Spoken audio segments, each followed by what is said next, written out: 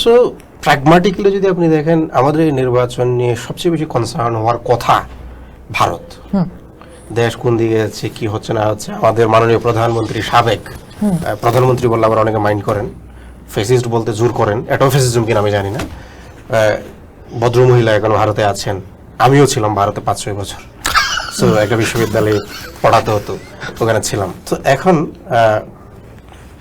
সেই হিসেবে ভারত কনসার্ন হওয়ার কথা, কিন্তু মার্কিন যুক্তরাষ্ট্রকে যেভাবে দেখানো হয় যে তারা আমাদের ব্যাপারে কনসার্ন, মার্কিন যুক্তরাষ্ট্রের সরকার আসলে যতটুকু দেখানো হয় অতটুকু কনসার্ন নয় সম্ভবত। মার্কিন যুক্তরাষ্ট্রের অনেকগুলো স্টেক হোল্ডার আছে যারা কনসার্ন, অনেক এনজিও আছে, সিভিল সোসাইটি আছে, বা অনেক অর্গানাইজেশন আছে যাদের স্বার্থ এখানে আছে, তারা অনেক কনসার্ন। কিন্তু সরকার হিসেবে as a government, white house Bangladesh নিয়ে বোধ হয় অতটা কনসার্ন হওয়ার কথা না। অ্যাবসলিউটলি। তার চেয়ে বেশি ভারত আমাদের নিয়ে কনসার্ন, এবং কনসার্ন হওয়ারই কথা স্বাভাবিকভাবে।